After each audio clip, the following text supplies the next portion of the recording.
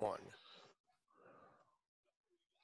Good evening, good morning, depending on when you're listening to this. Welcome back to Hoops HD. This is our Hoops HD report, our weekly podcast where we go over everything and anything college basketball, more or less.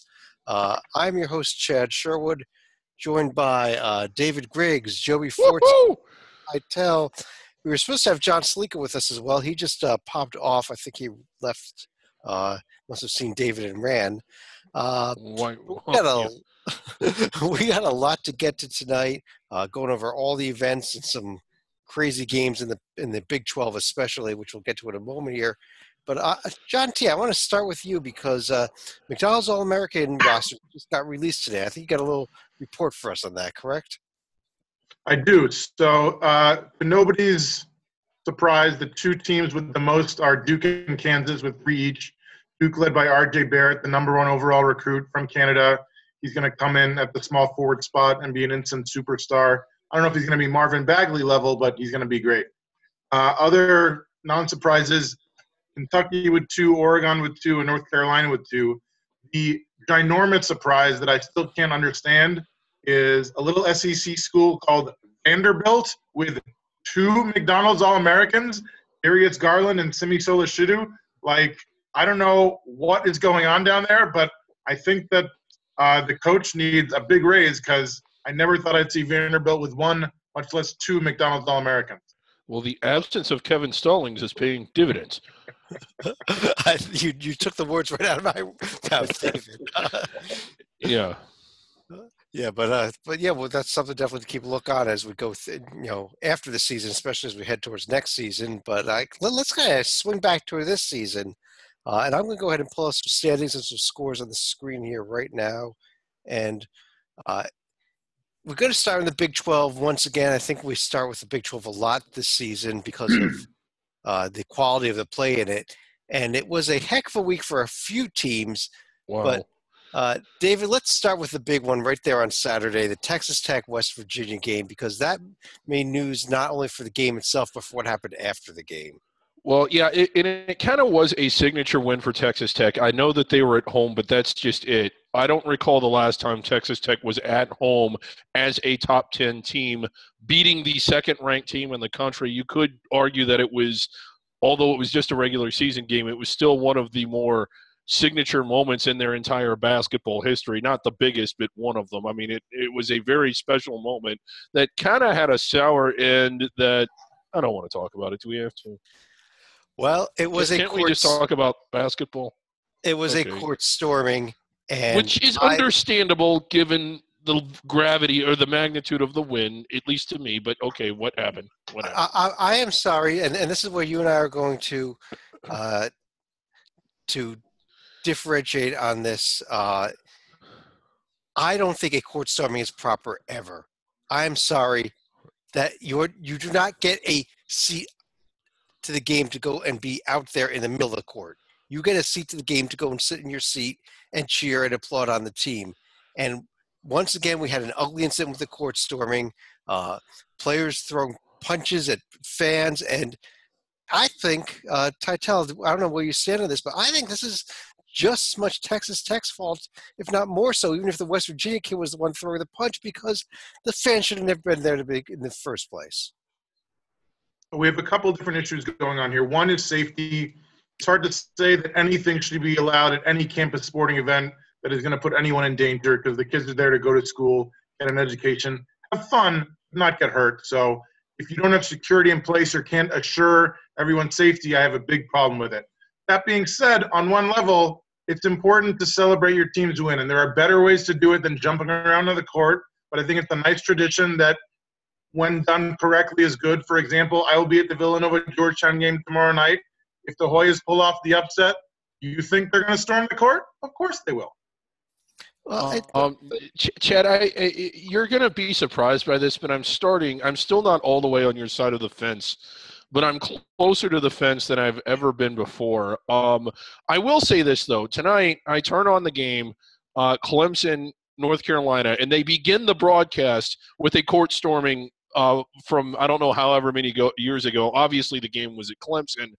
So when you're leading off your broadcast, and that's not unusual, I remember a few years ago, it was either a year or two ago, when there was an incident at Kansas State, same conference, where a Kansas player was not attacked, that's overstating it, but he was assaulted by a fan. Like, they ran right into him, shoved him, and ESPN's on the air. This is horrible. This is horrible. That same night, there was another game where they had a court storming. Oh, what a beautiful thing. So it's romanticized, whether it should or shouldn't be on national television. Would you at least agree with that? And I think that perpetuates the thinking that when you win a big game, when you beat a ranked team at home that you're not supposed to beat, the one or two times it happens, if that, then you're almost expected to run out there. Well, Contrast that. Go ahead, John. I'm sorry. Contrast that to the Ohio State-Michigan State game that took place about a week and a half ago, where the Buckeyes did upset Michigan. Well, we thought it was an upset at the time, but Yeah. Ohio State at least let Michigan State, their coaches and their players, get off the floor before they started to allow fans onto the floor to celebrate with the Ohio State team. So in that regards, I would definitely agree with the issue of at the very least getting opposing coaches and players off the floor in a timely manner.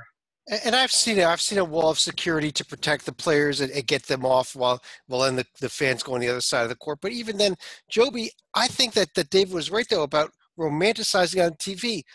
What if we just stopped showing it? If ESPN stopped broadcasting the court stormings, It's not going to stop it. I think it will, though. I think it will cut it down. That's not going to stop it. No, Chad, that's not going to stop it. Most of the time, remember, we're dealing with college kids. We're not dealing with the fans writ large for the most part. This is the student sections releasing out. They are going to run out. It is usually not choreographed whatsoever. And that's the argument with showing it over and over again. I think most of the time it is, oh, let's do it. Oh, my gosh. And you got a bunch of, and I'm sure there's alcohol involved, and that's not necessarily positive. But the fact is, I don't think you can fully stop this 100%. I don't think it's all bad. I think what you need to do, though, and John's hitting on it, David's hitting on it, is you need to make sure, and they did the best they could at the Texas Tech West Virginia situations, you need to first and foremost protect the visiting team. And, like, if there's a last-second shot done, there's not a lot you can do because there's players out on the court, et cetera, and this just happens. But in a case where the outcome is pretty evident with 10 seconds to go and 30 seconds to go, get the guards ready, get them up, and protect the opposite team. That's the best thing you can do. I don't think you can fully stop it. Hey, it's not a bad thing what the SEC's done, fines, et cetera.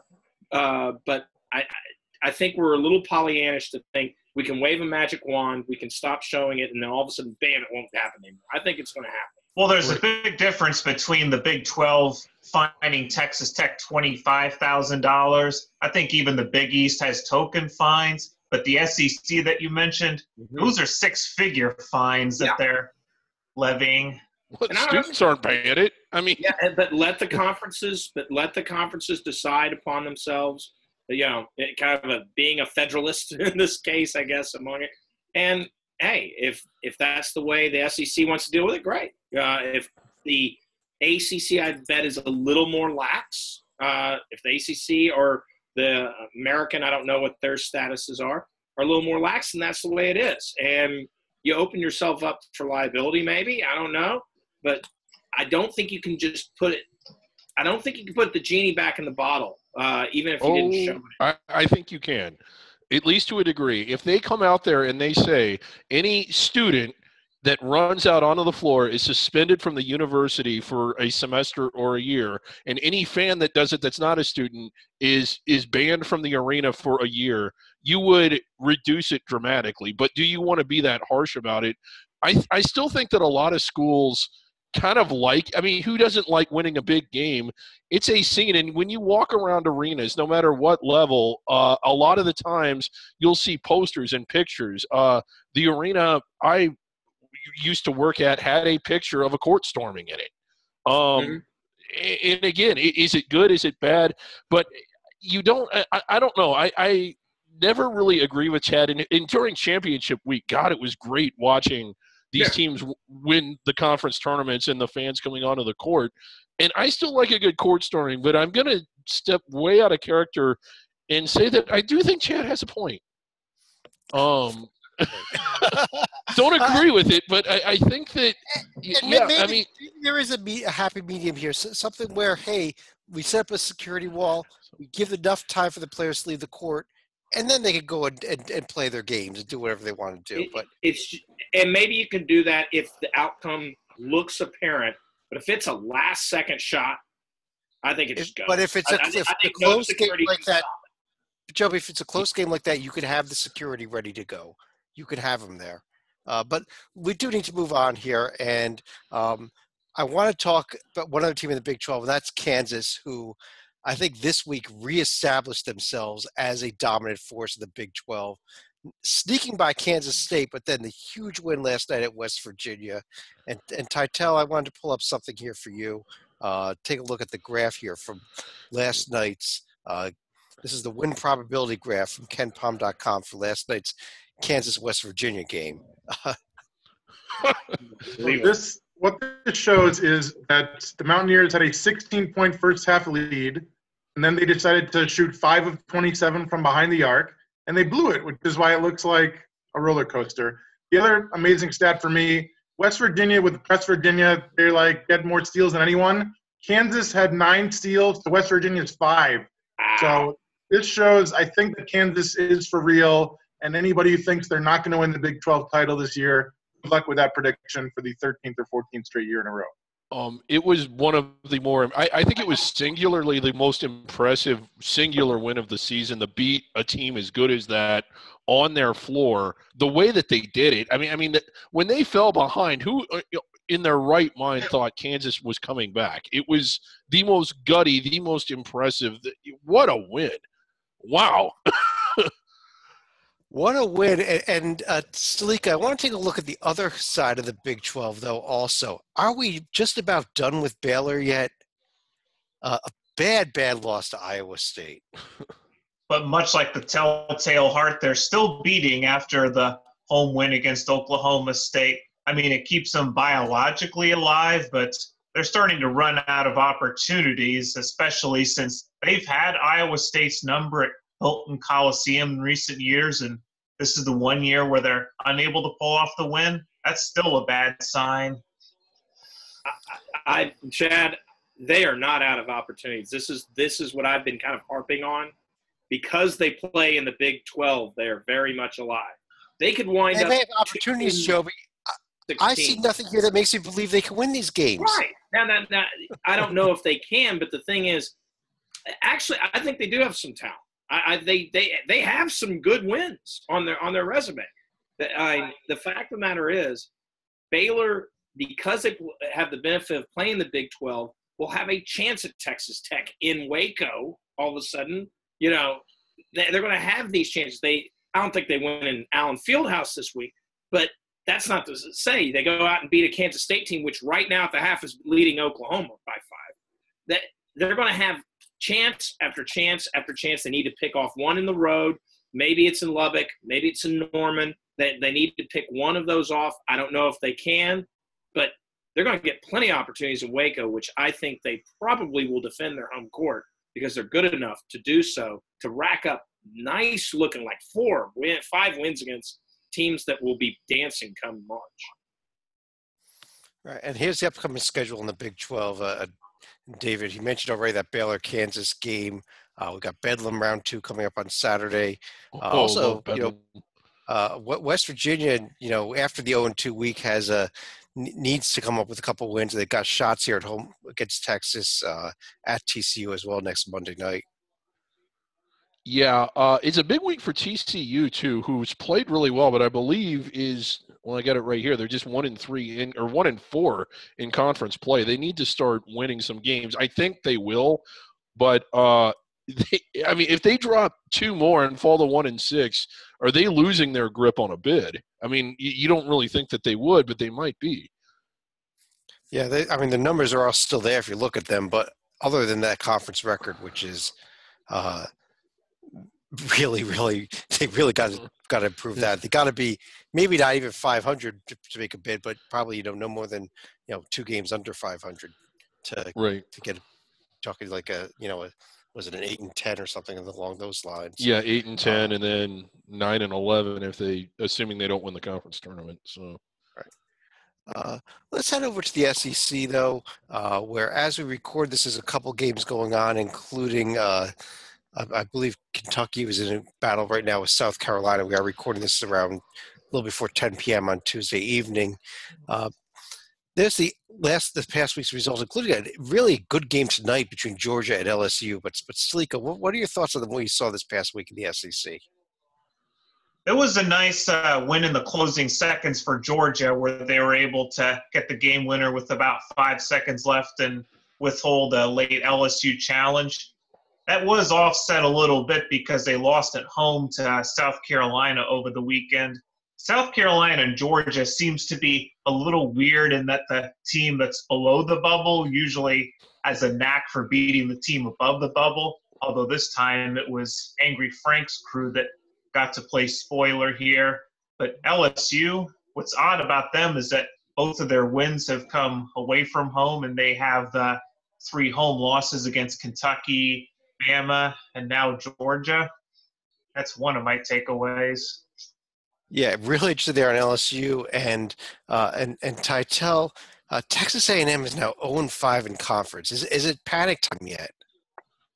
Yeah, it should be. I mean, what more do you need to do to hit the panic button? I got to sadly watch most of the game last Tuesday when they lost to Kentucky by a point thanks to a 5-hour flight delay at Reagan National Airport. Thank you very much. The Aggies at least have a bench. 24-7, they outscored the Wildcats. But when you're missing 10-plus free throws a game, to be fair, both teams did. But if you're going to miss so many free throws, that's how you're going to lose 1-point games. And they are plummeting in my bracketology. I think I have now about an 8 or 9 seed. If the slide continues, I think they're going to be off the bubble in the weeks ahead. David, you already threw them off in your bracket that you released this morning or yesterday morning, I believe. You threw them right on out there, didn't you? Yeah, and again, well, they're 0-5 after 5 conference games. There's only been one team ever that's been 4 games below 500 that got a bid. They were slightly better than this Texas A&M team. I just can't get past that. And again, that was me doing what I would do if I were czar, and I should be czar. I've yet to hear any proposal that I think would work better than just me being in charge of everything, the committee, the college basketball, and everything. But what? I'm trying to finish my thought here, trying to make it better. But yeah, I've been really unimpressed with A&M, but they're winning tonight. If they can string some wins together, and I think they're good enough to do that, they'll be back inside. But like Titel said, if they continue to drop, they're not going anywhere. Joby, kind of my thought when I keep looking at the SEC is you look at the Big 12, for example, you're looking at 4, maybe even 5 teams that are looking at being possibly protected seeds. When you look at the SEC, you're looking at a ton of bids, but I'm not seeing that dominant team. I'm not seeing a team that's even a slam dunk, 3 seed or 4 seed at this point. Yeah, right now, I mean, the resume of, for instance, of Auburn, Kentucky, Titel called me out last week, I think very appropriately, correctly, that they are a protected seed right now. Auburn would be a protected seed right now. Notice I ended every sentence with right now because they could easily, those teams, you're exactly right, Chad. There's so many good teams, very good teams in the SEC. Don't expect Kentucky and Auburn to finish up at, with 0, 1, or 2 losses. They're going to wind up, I suspect the regular season champ's going to have 5 losses. And that will probably really harm their ability to get a protected seed. I think they'll probably squeeze 1 or 2 out. But we don't say it's definitely Auburn and Kentucky. It could be. Heck, Georgia's win tonight's beautiful. Let's say Georgia goes on this amazing run and beats all these teams like a Tennessee, et cetera, et cetera. Then all of a sudden we're talking Georgia, who was out of our field last week, as maybe a potential protected seed. But you've got to do – it's going to be someone will rise to the top, and that's why the protected seed will come, because there are 7 to 8 bids in this league. Well, I agree that there should probably will end up being a protected seed, but I'm not saying the multiple protected seeds. I mean, if you look historically, while AP and coaches polls are not an indicator at all of who's going to be the field or who's not, there's a decent correlation between those numbers and actual final seeds, especially the top 16 to 20 teams at the end of the year. You have Kentucky 16 in the coaches poll, and that's it right now. If you look at these two columns here. Auburn's. But oh, you mean ranked? Okay, I see. 17th. Auburn would be a protected seed.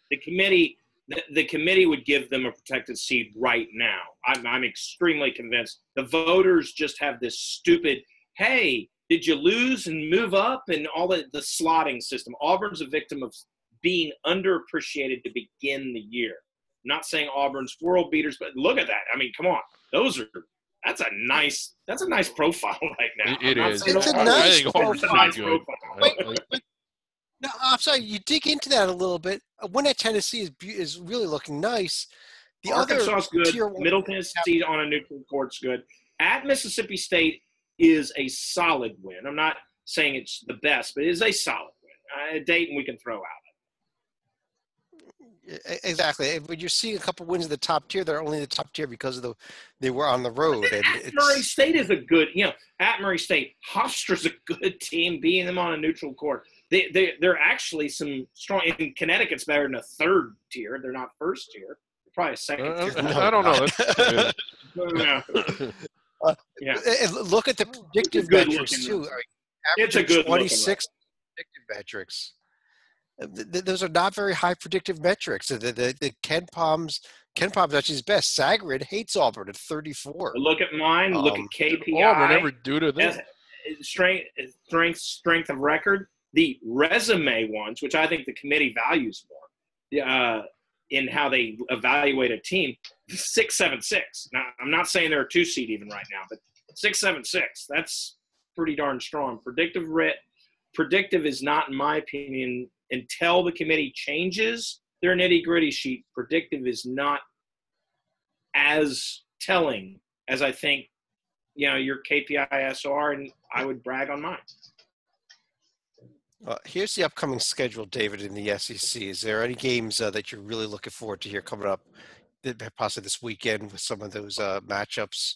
Arkansas versus Florida, not that I have it circled because I think it's just this great clash of the Titans. It's just the sense of urgency in that game for both teams is pretty big. Mizzou, Tennessee, probably 2 tournament teams there. Up the circle. That's a good one. I mean, that's Auburn, the one. Alabama. Yeah. Can Mississippi State finally win a decent road game at Alabama? But if I'm looking at one, it's got to be that it's got to be that Arkansas-Florida game tomorrow. Okay. Well, then let's go on and let's turn back over to the ACC, where Titel, Clemson tonight has made it 0 for 59 all-time at North Carolina. Next year, or 2 years from now, actually, because they only play every other year at Carolina now. 2 years from now, they'll be going for 0 for 60. By far the worst losing streak and ever by one team at another team. I think it reaches a point where it gets into their head. I wonder if they're going to interview Brownell after the game and ask him, do you talk about the streak or do your players think about it? Even if he says no, I find it hard to believe. It's one thing if you've lost to a team like 10 in a row or 11 in a row or whatever. When you haven't beaten them since you've been alive, it has to stick to you and get in your head, right? I think to a degree it does. The offer does it. I think if it had been, we've only won one of the last 10 years, I don't think that would do it. It's when you have an offer forever. Yeah.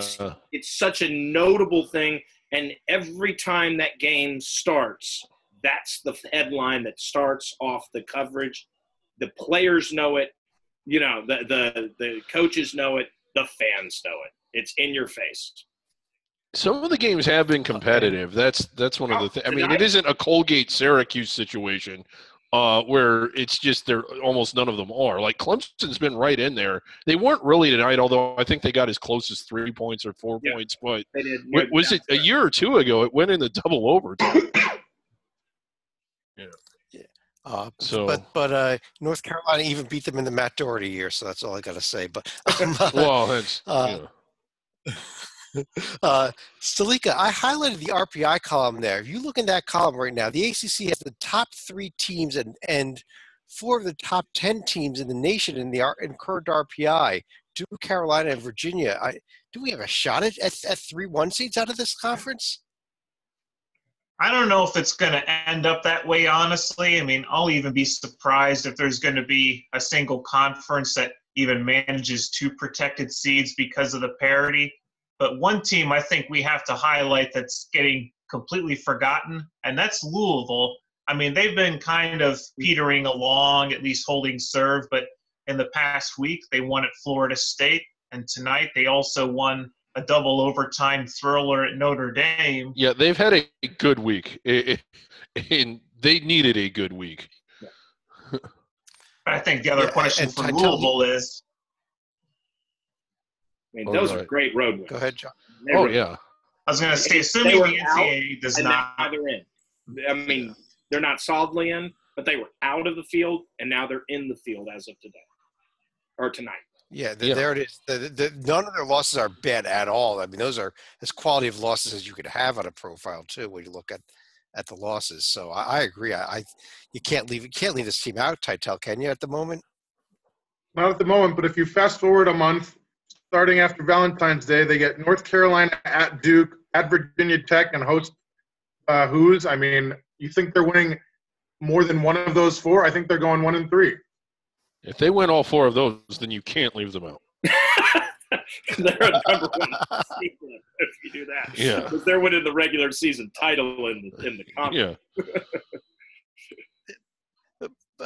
But Joby, what about this Carolina team here? They are now number 2 in the RPI with the number 1 strength of schedule in the nation, but it just doesn't look that good when I see them, yet they've been picking up the quality wins. They're a good team. I'll be honest, my school's game, which when they took it to Carolina, I think had put a lot on when you combine that, followed by the Wake games. They just looked bad, and it's because the matchup, especially against Virginia, just is an awful matchup for North Carolina because Luke May gets shut down. And when Luke May gets shut down, they don't have a ton of scoring options beyond Barry, who is amazing. But then the other loss they have when you in the conference is on the road to Florida State in the final seconds. I mean, that's not embarrassing. Florida State is a borderline tournament team. Away. Oh, wow! I think they're easily on the top half of the. Well, maybe not. Yeah, I don't want to given how Florida State's played in their recent loss, I don't want to oversell them. But North Carolina is a good team there, protected seed level. One line, no, they're not a one line. Number 1 seed, I don't think, in ability. And they're going to have to go through Duke and Virginia to get there, and they've already missed their shot at Virginia. So North Carolina, it's a blue blood team, and they're playing like a blue blood. They're good. We might tease this a little bit later on, but who would love to see Virginia and Cincinnati in the Sweet 16 come March? I'd rather watch just about anything else. Titel, I'm going to pull up another win probability graph here for you. This was last night's Duke-Miami game. You want to talk about roller coasters. Hopefully it's on the screen there. Yeah, it is. It is a crazy game. I thought Duke was done, and I was sadly mistaken thanks to Gary Trent coming out of nowhere. He's like, I don't even think he's one of the 3 best freshmen on the team, and he had 30 points, made 6 threes. Somehow the Blue Devils shot better from behind the arc, 11 of 21, than they did from the free throw line, only 10 of 21, which makes no sense. Hurricanes up 13 points with 8 minutes left. You're supposed to win those games, and then you got outscored 30-9 and blew it. Horrible, horrible choke job. It was. Yeah. I mean, it's the guttiest road win I've seen. Easily of the year, maybe for a while. That was, in my opinion, Duke's most impressive win period so far. Well, Joby, here's the upcoming schedule for the next week in the ACC, beginning with the Pitt-Syracuse game that's going on right now as we record this. But what are you circling there? Yeah, Here's a game I'm going to pick out that doesn't necessarily jump out to the normal person. I'm going to pick out Florida State at Virginia Tech because Virginia Tech is actually, they were in most people's fields preseason. They still are a good team. They played an awful preseason schedule. That out-of-conference schedule was, and that's what's costing them as much as anything else. They couldn't pile up the wins. But if they get the win in Blacksburg and right the ship, they'll be sitting back even in the conference and maybe can start getting more wins like that. You can start talking about them for a bid once again. They need to do it. They need the wins in conference because sure as hell didn't play anybody out of conference to give them credit. But this is a good enough team to be able to make a run. So I'm going to pick out Florida State at Virginia Tech to watch out because if Florida State goes into Blacksburg, goes into Castle and beats them, they might be done. I'll tell you the other game that I would kind of half circle here, believe it or not, is Sunday's BC at Louisville game. BC wins that game. We got to start talking about them. I don't want to talk about them, but we might have to. I think you already did. Hell, they almost, the same as North Carolina walks into John Paul Jones and gets blown out. Remember, preceding that game, BC dang near stole one in Charlottesville. So it's like, after beating Duke in Boston and Chestnut Hill. So it's not a crazy thing to be talking about Boston College. They have some nice wins.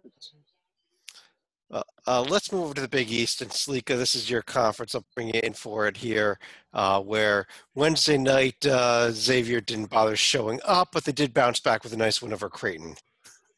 It was the best of times. It was the worst of times. And for the fifth straight year, he had another blowout win, or blowout loss, I should say, in Philly. But by the same token, they were able to rebound against Creighton, which has been kind of a bad matchup for Xavier in recent years. But they catch a break this time with Marcus Foster getting in early foul trouble, and Rodney Harrell Jr. was the only other Creighton player that really showed up on a consistent basis. So it gave Xavier a much-needed win, and Seton Hall, even with a loss at Marquette, still sitting pretty in the tie for first right now. Yeah, it's just that Xavier-Villanova game at Villanova. Now, Xavier's been more competitive at home, but the game at Villanova, I think every time they've met, Stalika can correct me if I'm wrong, both teams have been ranked in the top 15. It was one of the showcase games for the conference because Xavier-Villanova always two of the top teams, and all the games have just been Xavier's just been boat raced every single time. It's like, wouldn't it be good for the conference if Xavier could at least compete in that showcase game between two top 15 teams every now and then?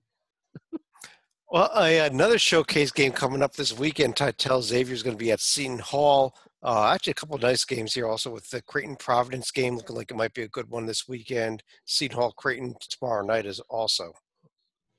Huge week for Seton Hall. I still don't know what this team is made of because the metrics look great as everyone can see. Strength of schedule, top 25 in the nation, and they've only lost 3 games. So they seem legit.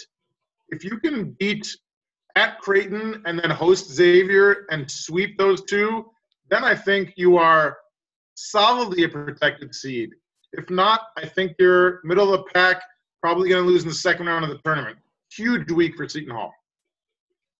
All right, let's jump over to the Big Ten, David, where we already talked about Michigan State. What's going on here? Well, they're not playing very well. They've lost 2 of their last 3. Ohio State blew their doors off. They had to sweat out Rutgers at home. Overtime. Or no, I'm sorry, it was at Rutgers. Excuse me, but Rutgers. It was at home. No, it wasn't at home. The game was in East Lansing. Yes. Yeah, they needed overtime to beat Rutgers at home, and then they lose to Michigan. Now, Michigan's not chopped liver. In fact, from that, I took that I was more so impressed with Michigan, but I was at the same time disappointed in Michigan State. They're just really rough week. Another team, and we'll get to this here in a minute, but Nebraska, really looking good, but you have to keep in mind that there's this conspiracy against them. It's starting on the dark web. I have evidence of it. It's the officiating. And there you go. See, again, here's more evidence of it. Every time I try to bring it to light, I get buzzed. But it's a dark web conspiracy. The committee's going to factor that in. Wouldn't you agree, Titel? No, I would buzz you. I think you need to stop eating Tide Pods, Puppet. Oh, God. Joby, on the other side of the Big Ten, probably, from the way Michigan State's playing, Purdue, Yes. I mean, rolls Minnesota, rolls Wisconsin tonight. How they're good good. is this? They are good. Oh my gosh! I mean, and hey, they're the Big Ten. They're down, but they're going to have a 1 seed. Yep, that's still true. I mean, it has to be Purdue. Emperor has no clothes. The Emperor has no clothes. Michigan State's been a little exposed over the last week. I mean, their resume is starting to conform with reality, and in its place rises the boiler. And right for now, Purdue looks, and yes, I know Ohio State's also undefeated, but I'm going to give the advantage to Purdue on how they've looked. This team is good. This team is legit. This team, I expect, will be a 1 seed come March. I think things have played out, and remember, they're out of conference. They were pretty darn good too. So.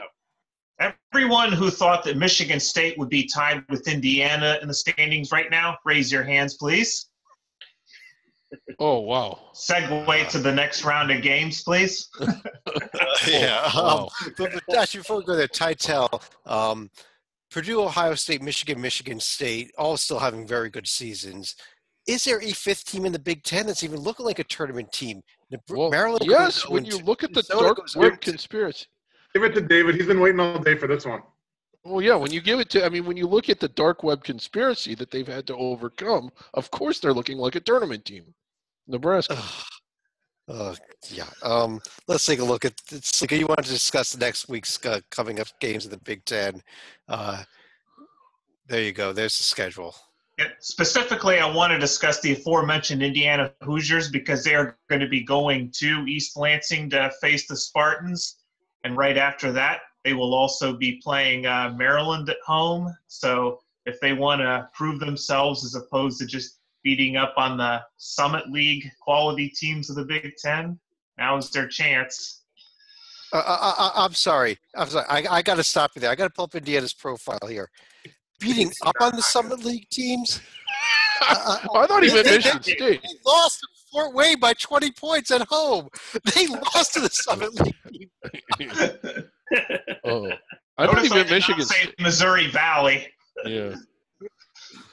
Oh, Indiana. Yeah. Okay. Let's not talk about Indiana anymore this year. Let's instead take a look over at the Pac-12. This year. Let's not even mention them. This right. year. Done. Oh, wow. That is a declaration right there. Well, David, can you take back the Indiana State and the Fort Wayne losses? No, I would not. Okay. Then thank you. Yeah. Titel, how about this first place Stanford Cardinal? I got to tell you, as much as I want to toot my Wildcats horn, you look at the Cardinal schedule. They lost at home to Cal to finish off December. I thought they were done. And then they come back and beat UCLA in double overtime, make a half-court shot to beat USC by a point, sweep the Washington schools by 9 each, who are obviously both having an off year, but on the road. I mean, I'm not ready to put this team anywhere near the tournament, but the fact that they're 4-1, kudos. Very impressive. And on the other side here, David, Arizona State suddenly looking very mortal with the loss to Oregon, almost losing to Oregon State, not going the right way for the Sun Devils. Yeah, I mean, they've kind of, I guess, they're still good. I still think that they're safe and they're still having a big year, but I don't think that they're playing over their heads the way they were or appeared to be in some of those out-of-conference games. I was surprised at how much they struggled at home against the Oregon schools. And conversely, Arizona, while they got the wins, it didn't come easily against Oregon either. Oregon State they didn't have that much trouble with. But I was getting ready to think, boy, if Oregon gets both of these, do we have to start looking at them again?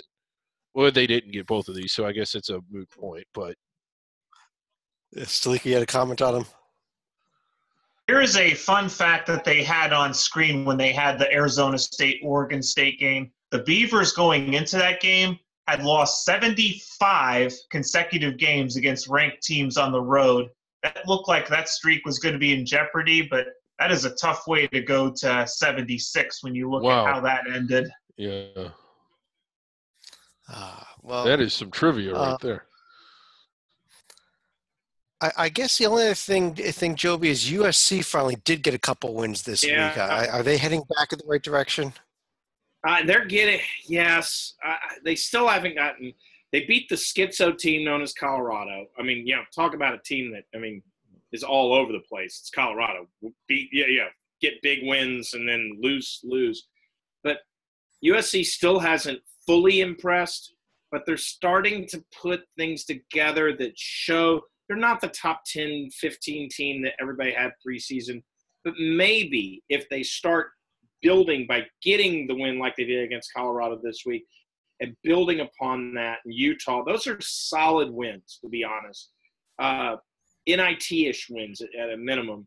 And if they can pull off an Arizona school win or something somewhere along the way, maybe they can squeak into this dance at the end of the year. But the margin for error, they've really put themselves behind the 8 ball. Their margin for error is less than is for a lot of other teams, including some of their Pac-12 brothers. Well, I highlighted the 2 games that I want to really keep an eye on this week here in the Pac-12. How real is Stanford's sudden turnaround here, Titel, getting both Arizona schools at home this week? It's the question that it seems ridiculous to me. Is it possible that Stanford could win the Pac-12 and miss out on the tournament? It's like impossible. No, if they win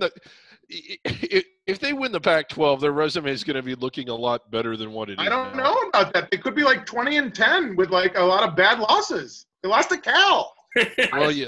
I forget the year, but Washington has shown that it can be done where you actually win the regular season. Yeah, that's right. The only team that the Pac-12 had inside the bubble that year was Cal, and I think they were in the first 4. So now Arizona and right now Arizona State make this Pac-12 by their mere presence much better than that Pac-12.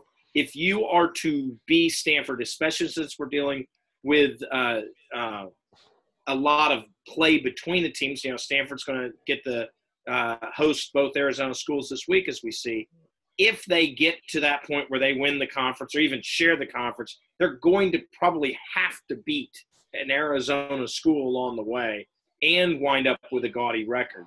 So who knows? I think if Stanford were to go 14-4, which are 13-5, I think they're probably going to be able to punch a ticket. I wish Rocco were here that he could give us some specifics, but Stanford did have some injuries to deal with at a conference. They are healthy now, and they are starting to pile together win after win. And their metrics, I can only speak to mine watching it. In a matter of 1 week, they jumped from the 200s to 100. They're flying up the metrics. Their metrics aren't impressive right now, but they're flying forward. And if they continue to if they do well this week, they'll fly even further. Speaking of unimpressive, David.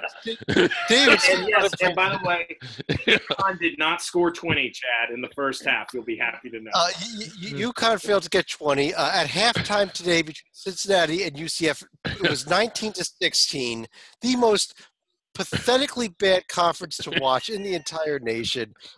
Mind-numbing, wanting to shoot yourself for watching these games. But David, we do still have two teams with very good numbers up there with Cincinnati and Wichita State. Yeah, and those are good teams. Well, Cincinnati at least is a good defensive team. It is painstaking, and I think I think you got 2 teams that are safely inside the bubble. One that's a potential protected seed. A smattering of NIT teams in Houston and UCF, and then a bunch of crap. And SMU might be an NIT team. Like, how did this league get so bad? What happened? Well, I think SMU is an interesting team to take a quick look at here, Titel. We were talking about this team as being an NCAA potential team, but that has completely collapsed in the last couple of weeks here, hasn't it? I couldn't have said it better. I'm embarrassed that they are in my most recent bracket, and I assure you that they will probably not be there. As of 2 weeks ago, I had them as a 9 seed. Last week an 11. I think I'm ready to throw them off the bubble. When you look at one of the stories in this league is Tulane. Now they're not a tournament caliber team, so they're not going to get a lot of talk, but they are much improved and they might have a future. And Houston, I think has at least a pulse, but like this is kind of the second year in a row where we've seen not a whole lot of good teams in the league. Like last year we had SMU and Cincinnati, neither of them close to a protected seed.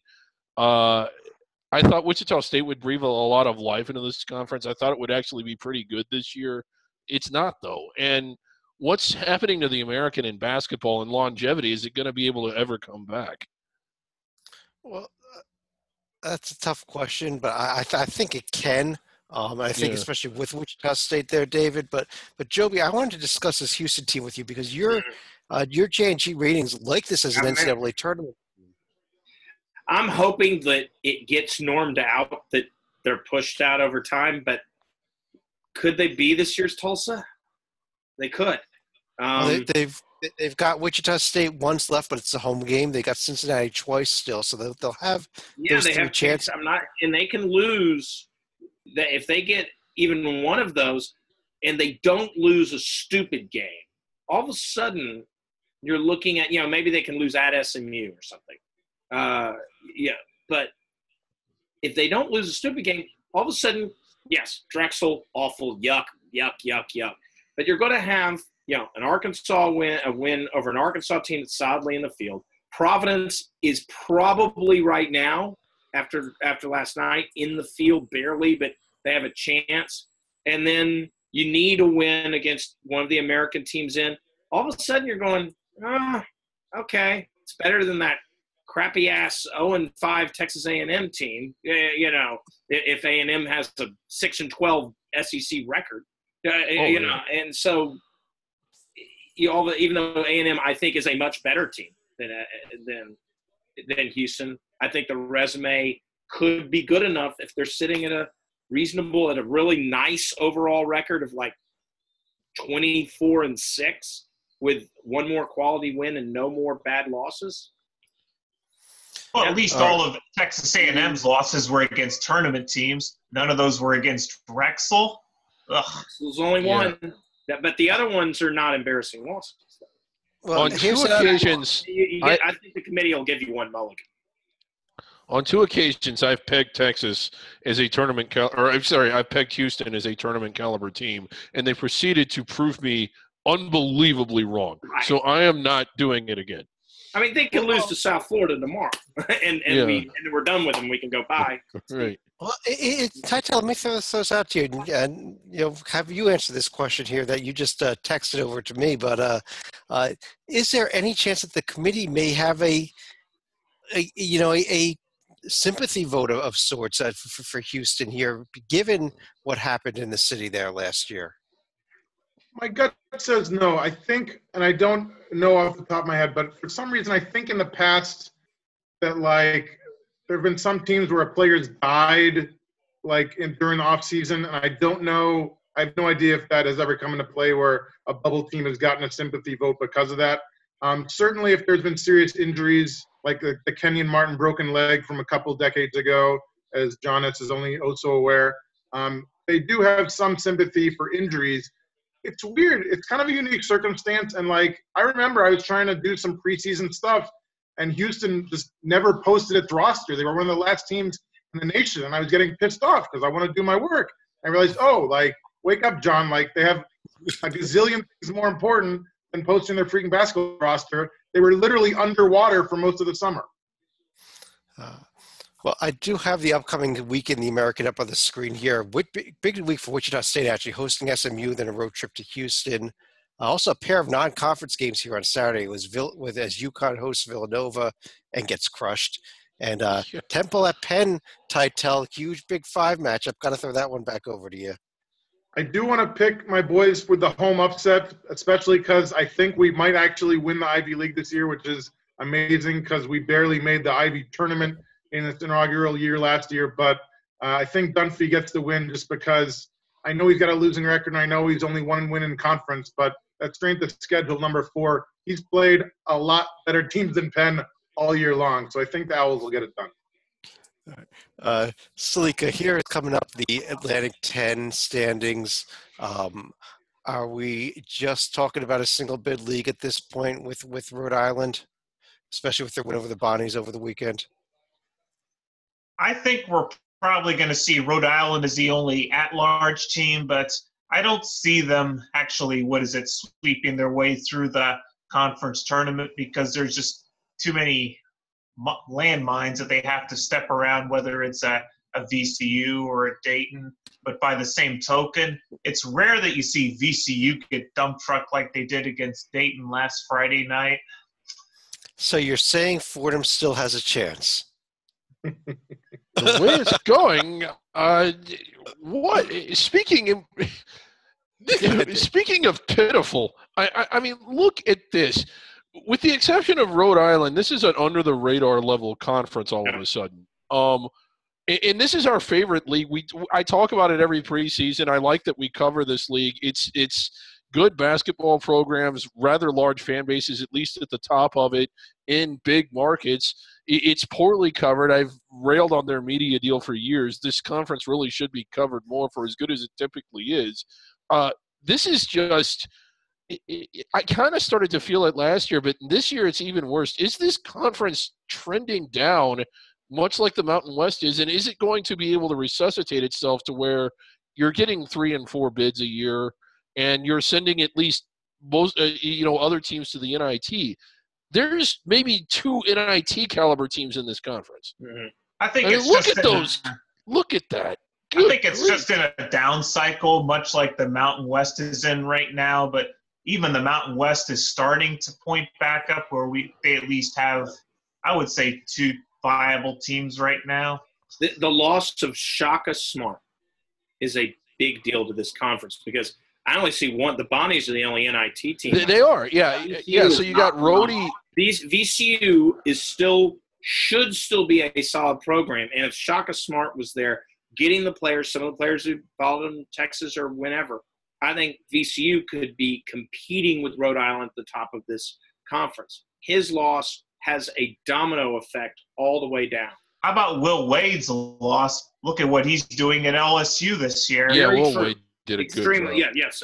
I should have mentioned Will Wade as well. Exactly right. Rhode Island this week hosting UMass, then at Dayton. It's one of the more interesting games. The Dayton team that has a quarter of a pulse, at least compared to the rest of the conference, I guess you'd have to say. But Tytel, let's head over to the Mountain West here. Again, we've been talking about this Nevada-Boise State thing. Is that where we're still talking at this point? Do you still think this could be? Do you think this could be a 2-bid league? I do, and what's interesting is I don't think these are 2 teams like struggling. Well, Boise is on the bubble. I think as of last week, I didn't have them in. I think I am going to put them in next week. Stay tuned. Nevada, they might be wearing white on the first day of the tournament, which I understand that being 5-0 in a weak conference like the Mountain West isn't great. Look at all the metrics. 29th in the AP poll. This team is really solid, and is, I think, one of the top 32 teams in the nation. I would agree with that. I agree. Yeah, and David, the biggest score from this week, though, was actually Boise's huge, real nice home win over a San Diego State team that's been up and down, but does have good metrics themselves. Yeah, and it was one that Boise needed. The thing about Boise, they have a lot of decent wins. They don't have any that are really good, but I think there's enough decent on there to propel them inside the bubble. They'll get their chance against Nevada. They desperately need a win against Nevada. You think so? I'm not so sure they do. They have no wins. Seriously, you got to beat someone in the tournament. You really do. This SMU situation has really hurt them also. The SMU needs to recover because then all of a sudden that makes that loss not as bad. They desperately need to get a win against somebody who'll be playing in March in the big dance. And Nevada will be. So that's. Yeah, they see their best wins are San Diego State, Oregon, Illinois State. That's not, it's tough to find an NCAA tournament team on their wins there until you get down to maybe a team like a Loyola Chicago if they could win an auto bid out Win of the Missouri Valley, and they're actually looking pretty good in that. But here's the upcoming schedule and the big game. Circle it here coming up on Saturday, though, David. Boise State at Nevada. Yep. And it's a big one. Now, I if they get that one, then they're in solid shape. But I don't think they're going to sink too much if they fail to win at Nevada. Well, what Joby was just saying, they need that big win. Maybe it's got to be the home game. Maybe it's got to be the road trip to San Diego State late in the season. But I agree with Joby. They need one more nice piece here. But without stubbing your toe. Yeah. They are. It's unfortunate for them. They can't lose to New Mexico. Salika, West Coast Conference, where Gonzaga wins 2 more games fairly easily. St. Mary's wins 2 more games fairly easily. Anything of note from what you saw this week? Well, you can look at BYU getting a couple wins themselves just to, I guess, also be the telltale heart of the West Coast Conference where they're still beating. But San Diego, unfortunately, lost a game to Pacific, who has now gotten into a 3-way tie for third here. But at the same time, I think St. Mary's might be like Cincinnati in some ways where we really don't know how good they are because they didn't schedule accordingly. But they're certainly winning at the pace they need to for the time being. Well, 2 things. First of all, Joby, let me go with you with this first question here. Gonzaga, some really strange numbers. RPI of 56. Yeah. Predictive metrics here in the top 8. I think they're somewhere in between, but I love this Gonzaga team still. I think they play tough. They've done what they've needed to out of conference. They do what I wish more under, if you want to call them under the radar, or at least borderline under the radar, teams do. They go out, they take on all comers, and they've established a brand that allows people then to go, oh, he lost into Gonzaga, no big deal. They're going out and they're playing in Washington, the in-state guys. I am on the Zags bandwagon. If they run the table with maybe a loss at St. Mary's, I think a protected seat is in order. They were pretty good last year. Yeah, Titel. The other thing, of course, is circle it here Thursday night, round 1 of 2 between the 2 teams, St. Mary's, Gonzaga. What do you think about this game? I think that the Zags better show up to play because I understand that St. Mary's hasn't beaten up on the best teams in the nation. Their best win so far is BYU, who's not even top 50. That was in overtime. That being said, the Gales have 2 losses all year, both neutral sites, both the power conference teams, by a total of 7 points. They're 7 points away from being undefeated, which nobody in the nation is, as everyone knows. I don't know if they can beat Gonzaga on the road. It's tough in Spokane, but I don't think this is going to be like a double-digit or more blowout by the Zags. I think St. Mary's is going to give them a hard time, and if they pull off the upset, you might want to start talking about the Gales wearing white. Ooh, okay. Well, definitely a big game for this week here. One of the best games of the week, I think. That. Yeah. Go ahead here, but on that note, I guess let me go ahead and pull these down here, and I'm going to run through final thoughts. And Titel, I know there's something you wanted to discuss here in your final thoughts, so let me go ahead and get a picture up here for you and turn to you.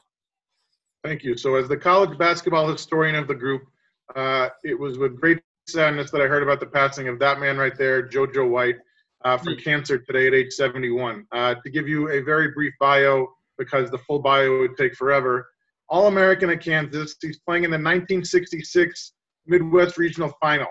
They're in overtime. He makes a 35-foot runner to win the game, but the ref said he was out of bounds. If you go back and look at it, his shoe was like kind of on the court but leaning up, so I don't know if we'll ever know for sure. Jayhawks end up losing by 1 point in double overtime. The eventual champion team from Texas Western They made a movie about it, Glory Road, go see it. 2 years later, 68, he wins the gold medal. He gets drafted, not just by the Celtics to play basketball, by Dallas to play football, and by Cincinnati to play baseball. Amazing all-around athlete. Anything else? Yes, he served in the Marines. Goes to Boston, wins 2 titles. In the greatest game ever played, Game 5 of the 1976 finals against my Suns, he had the most points in the game, 33. He played 60 freaking minutes in the 2-point triple overtime win. God bless JoJo White. I hope he rests in peace. Amazing, amazing player. I can't do anything but echo everything you just said there, but let me just run through the rest of you for any other final thoughts, Joby. I certainly can't top this. One thing I always like to do is we talk about the metrics and all that sort of thing, is bring out the impact of playing in particular conferences. I've been focused on the Big 12 a little bit. I'll go to the ACC. It is remarkable that you can see every game in the ACC, it seems like every week, you see 2 teams, one team in, one team out, barely, and then the team out will win and you'll reverse places. I think you need to look over and over again at your NC States, Boston Colleges, Syracuse's, Notre Dame's, Louisville's.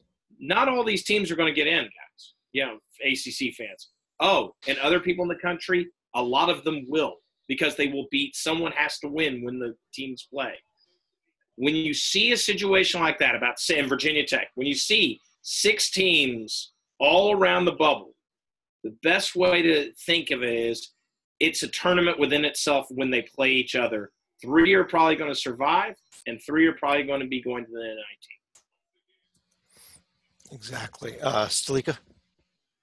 We do have a little bit of a lighter note here, and this actually involves one of the Puppets' favorite coaches in Tim Miles, because going into Nebraska's game at Penn State, Miles had actually left his suit in Lincoln. So what happens is, this was according to the Big Ten telecast, Pat Chambers actually hooks Miles up with his tailor in State College and actually hooked him up with a nice new suit going into the game at Penn State. But unfortunately, it did not yield the desired result for Nebraska, as they ended up losing in overtime.